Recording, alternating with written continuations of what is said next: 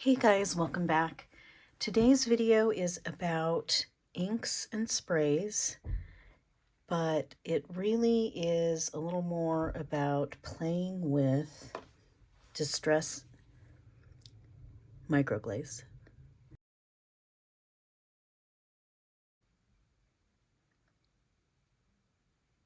I'm going to do some general inking and spraying and stenciling.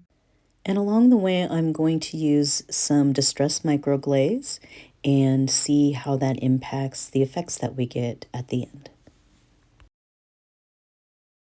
We've got quite a bit of ground to cover today, so I decided to do a little voiceover, speed up the video in some parts. I start with Dina Wakley mixed media tags. I get them in a 50-pack online. They are my favorite tag to work with. I like to use bright colors, and they are white, so I get the full kind of range of those bright colors that I use on these tags. This one starts with some Twisted Citron oxide ink. If you're not familiar with Distress inks, the oxides are the ones that are water reactive.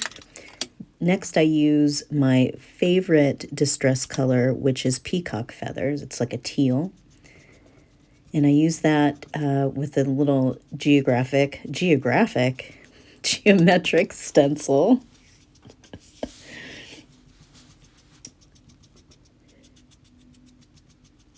Of course, it mixes with some of the yellow to make it a little more green in some places. I have a small piece of nano tape on the back of each of my Distress inks where I can attach the blending foam that's specific to that color.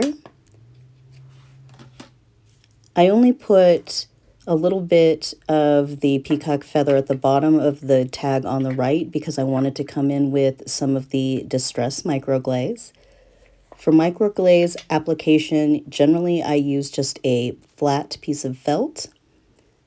I think my next go round I will be replacing that felt pad. I did find that it was splotchy in some places, and I feel like that might have impacted some of the irregularity in some of the coverage. I don't know that you'll really notice that much, and maybe I was just overthinking it.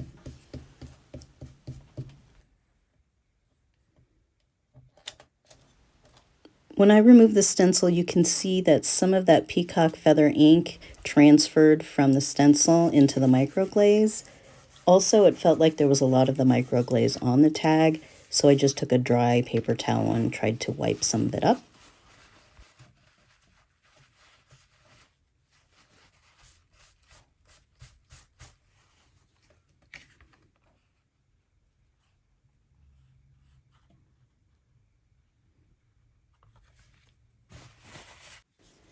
Now I'm coming in with some Kitsch Flamingo spray stain. Now the spray stains are the ones that are not water reactive once they dry. So I just mist the tags with this pink color. I do like the visual of the droplets, so I tend to spray kind of parallel to the surface sometimes so that I can get all of those falling droplets down separately.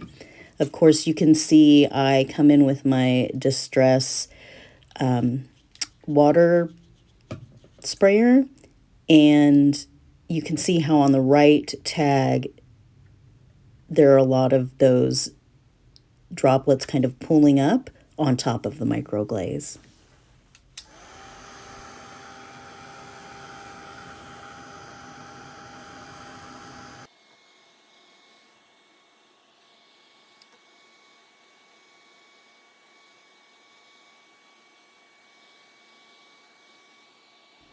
I also like the look of the big drops of water when you squeeze that Distress sprayer just kind of halfway. It gives a larger drop of water, and I really like the way that that looks. You can see that really well on the left tag right now. Now I come in with another stencil with that same color.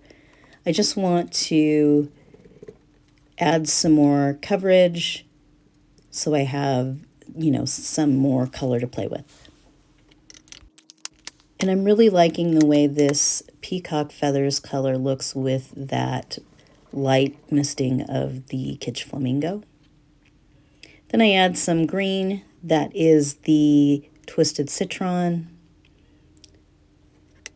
I decided that I want a more watercolor effect application, so I just took the ink pad direct to my surface and added some water and started picking up some of that color onto the tag.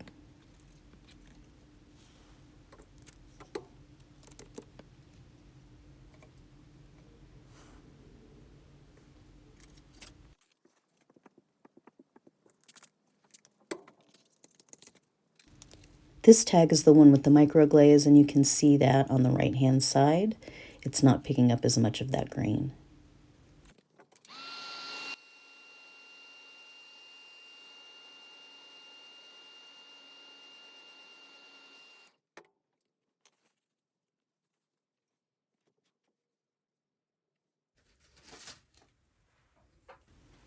This third tag, I wanted to start out with the micro glaze, so I used this dot stencil. It's got multiple sizes of dots on it.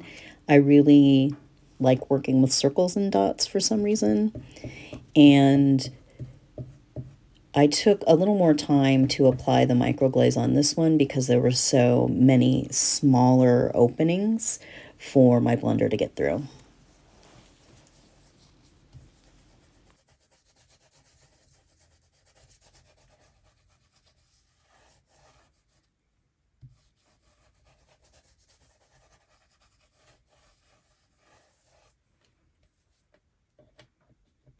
Also, anytime I'm using stencils, whether it's with ink or paint, I always have a little tray of water, and depending on what medium I'm using, sometimes I'll have a little soap in the water as well, so that I can just put those stencils right in there before anything dries. For whatever reason, I decided that I was going to dry this microglaze. I thought there was a lot on the tag.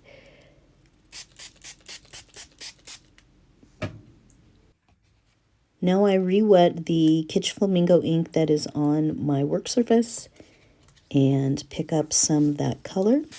You can see where the wax is melted, or the microglaze is melted into the paper here.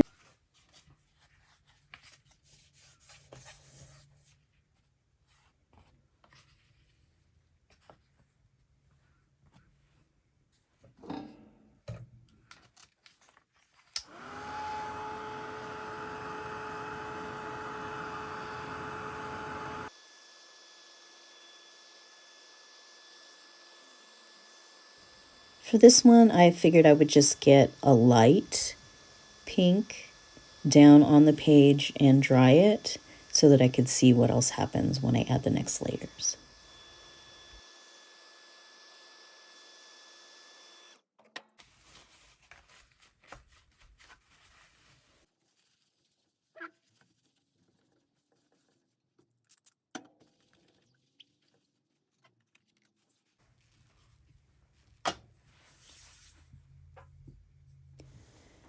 I'm still working in the same colors, the same colorway, so I come back in with the Twisted Citron and a new stencil and work with that just a little bit.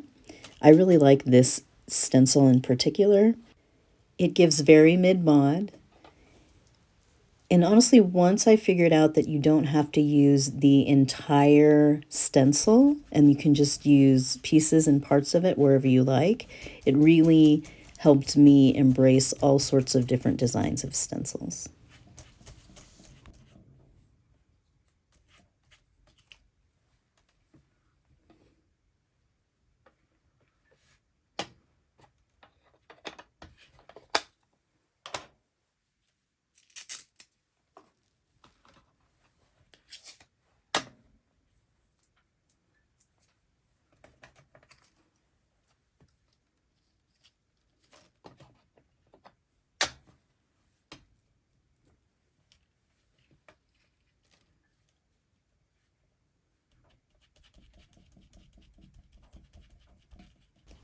People talk a lot about blending techniques and different blending tools so that you get a seamless blend. And I think that's more when you're using like a full page of a background, when you want an ombre effect. For me, when I'm doing things like this, I don't always need a soft, really seamless blend because I know that I'm going to be either just cutting them up and using them as backgrounds, or I'm also going to be die cutting them and making different shapes out of them.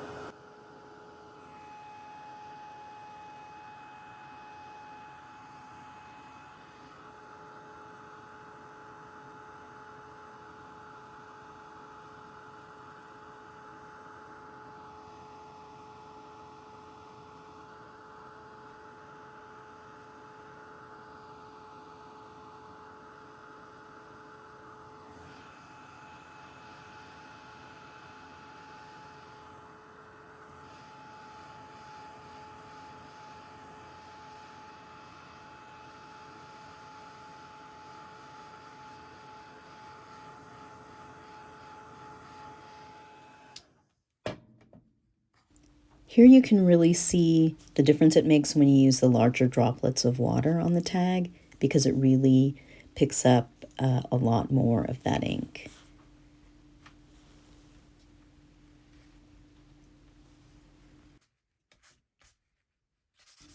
So I'm not really sure how I got the effect of the background right here, but it is pretty crazy, and I don't think I could do that if I tried. I don't even understand what the glass mat appears to be doing in the background right now.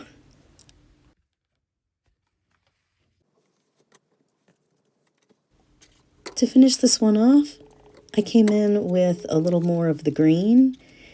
You can see that it made a little bit of mud in some places, but it also had a pretty cool effect where that micro glaze is.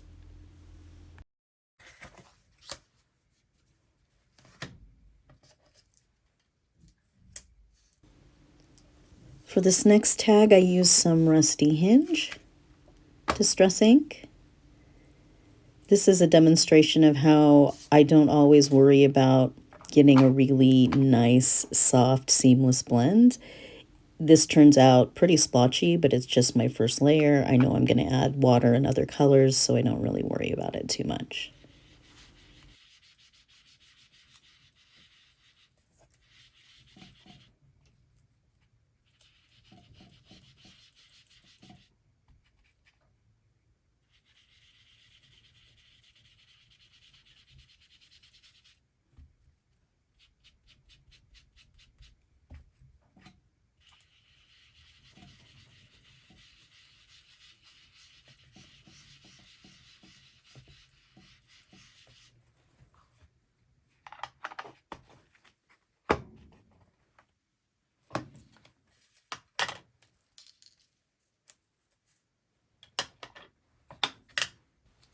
Next, I come in with some Wilted Violet through this stencil, just right on top of that brownish red color, and direct to the tag as well.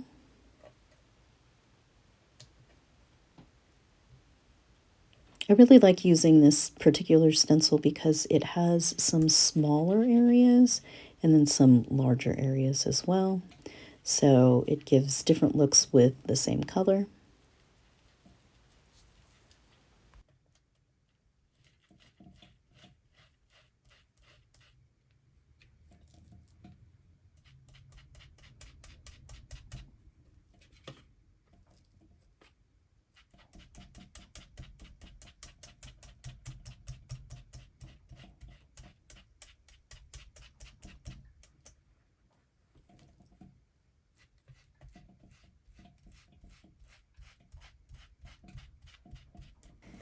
And now you just pick up the stencil and you throw it on the other side of the table like you're mad at it.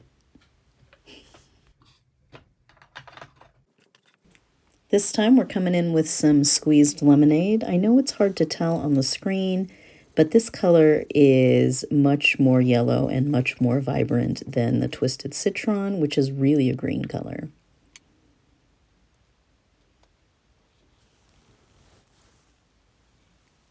I still have that wilted violet ink on this stencil, but I bring in some fossilized amber spray stain and hit it with the heat gun so that I can see what kind of a mixture I can get of the two colors.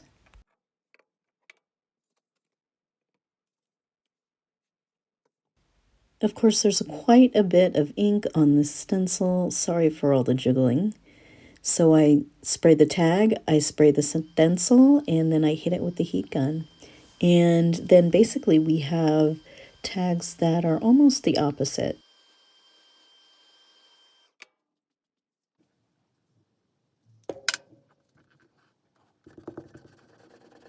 I just adjusted the view of my camera and where I was working at this time because there was so much ink on the glass surface. But I took a stencil that is just some lines of dots and I used it on both of the tags.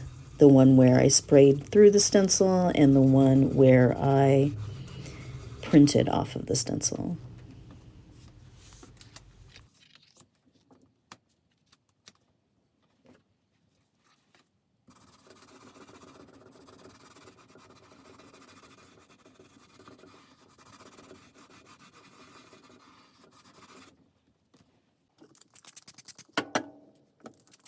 I spray down that fossilized amber ink that's already on the glass mat and I start pulling it up, and you can see here that the micro glaze is working.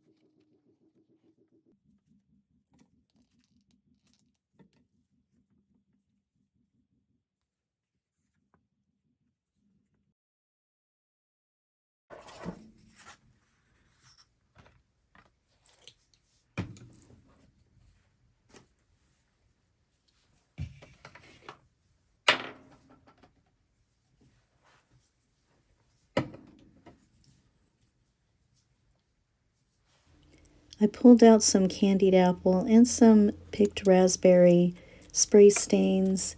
Just another reminder that the spray stains are ones that you can move while they're wet, but once they dry, they're not water reactive. So I believe I only used the candied apple here. Red is very red, and candied apple is even more red than red, and it was everywhere. So I used what was on the board.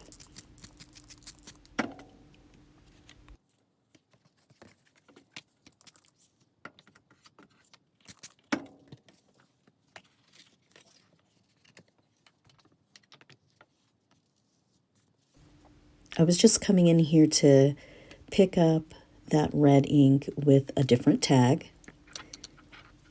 So this tag wasn't prepped,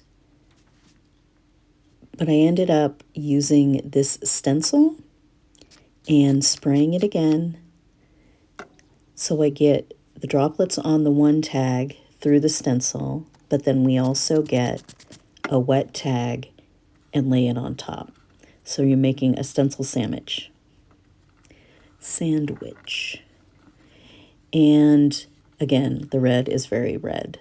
So this I really liked. And I feel like if I could have captured this moment, it would have been perfect.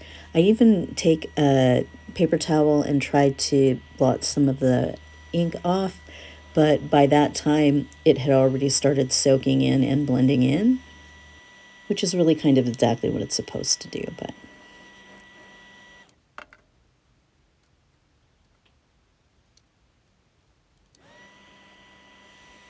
Now once I heat that one, I notice that there is all of this red ink on the glass mat. So I dip the stencil in it. I take this tag that we prepped earlier and I rub that on the stencil that has the ink on top of it. And that's what we get. And this one is pretty cool. I like it.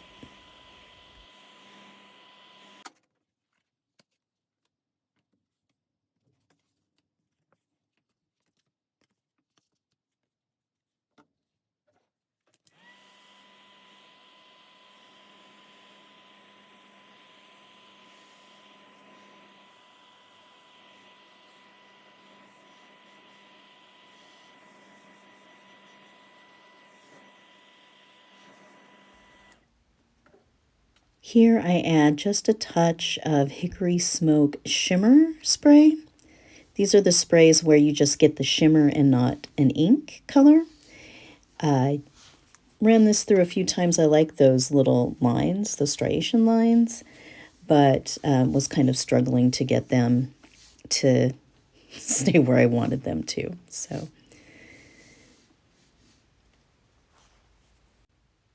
and then you can really see the shimmer once it's dry.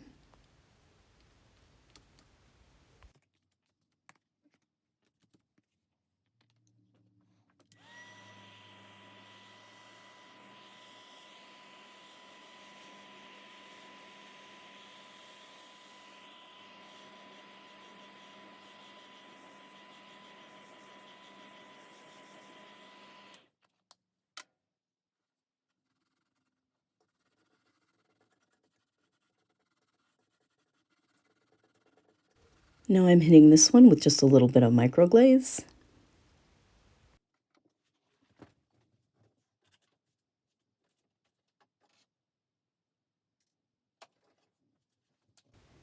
And I come in with some Faded Jeans spray stain.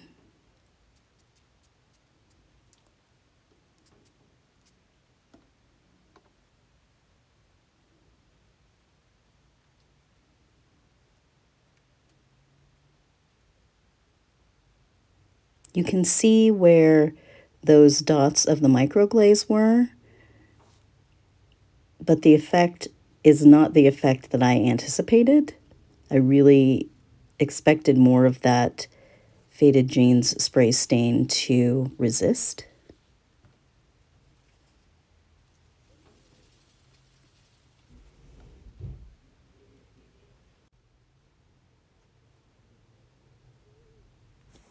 All right. Tags are all dry. If you hear screeching coming from the other room, it's because my husband is downstairs playing pinball. So let's first look at these guys.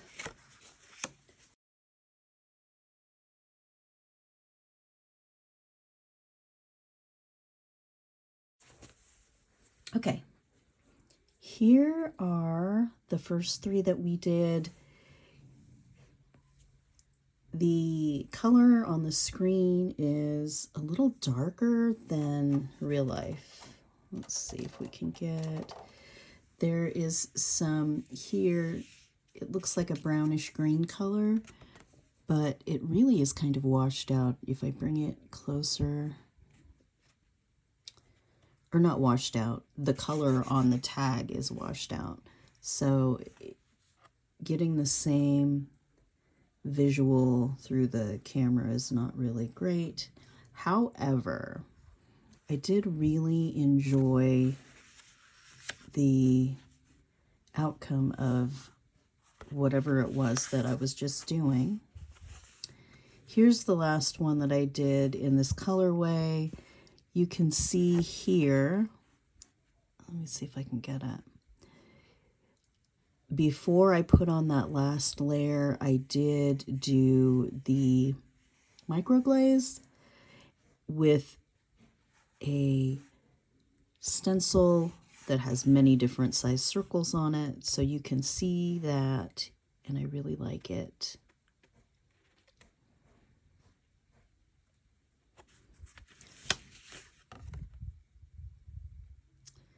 This one, I put the micro glaze up here in this area, and you can see some of it, but not as well.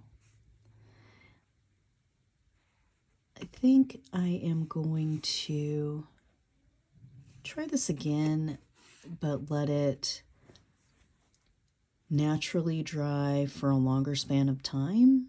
I'm not sure why I feel like that's gonna work out a little better. I do like this effect though, but I'm not even sure how I ended up getting that. So that's fun.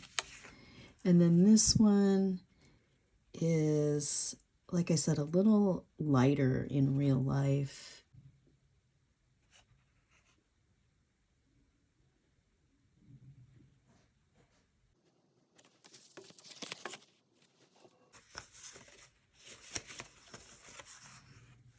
Next, I made these ones. The three others I have in my hand are ones that I kind of made in between doing all of this, just to kind of clean up some of the extra ink that I had. I don't know what it is about these colors together that remind me of a bomb pop. I don't know what they call them now. But maybe it's not a bomb pop. What is the, it's a big stick. I don't know what they call them now, but I really like the way these colors came together. I do really enjoy the spray splatter effect, so I like to pull the spray away and just get the landing effect of the little droplets. And sometimes I like to just have that effect on something that I'm working on. And here's this one. You can see that I had some of that yellow, and then I did the micro glaze, and then the red. So these are going to be really fun. I am going to do a mass die cutting, so I think that I'm going to use these just because I want to get them into a project or journal soon. And then here are the other ones. So these were both prints of the stencil, back and front. You can see here where I got a better definition because there was less ink on the stencil. Here, the design went away fairly quickly just because of the amount of ink. And this one, I came in with a stencil across the middle. And you can see where I put the micro glaze. I'm not sure why the effect is like this. It's just kind of the outlines. What I believe is that my blending brush maybe didn't have enough micro glaze on it, but when it hit the sides of the openings in the stencil, it kind of gathered some of the glaze at the edges, but not in the middle. Here you can see I got more of that micro glaze down. And there was a buildup of some of it on one or two of the tags. So when I was done, I went in and buffed them off just with a dry paper towel. So these two I'll probably set aside to add something more to them. But as far as these ones, I think these are all going to be put in my stash to die cut. I have the Sidekick that I keep in the living room, so when I'm watching TV, I can just grab whatever's there and die cut away. So not only did I do some die cutting of these birds, but as I was cutting them out, I noticed that I liked the negative part as well. So I kind of chopped around those and thought I could use them in some artsy way in a project in the future as well. And there are my birdies.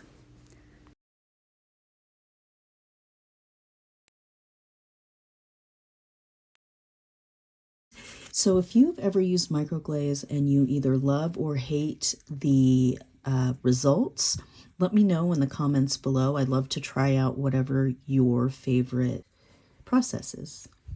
Thanks for watching this one, and I'll see you in the next one.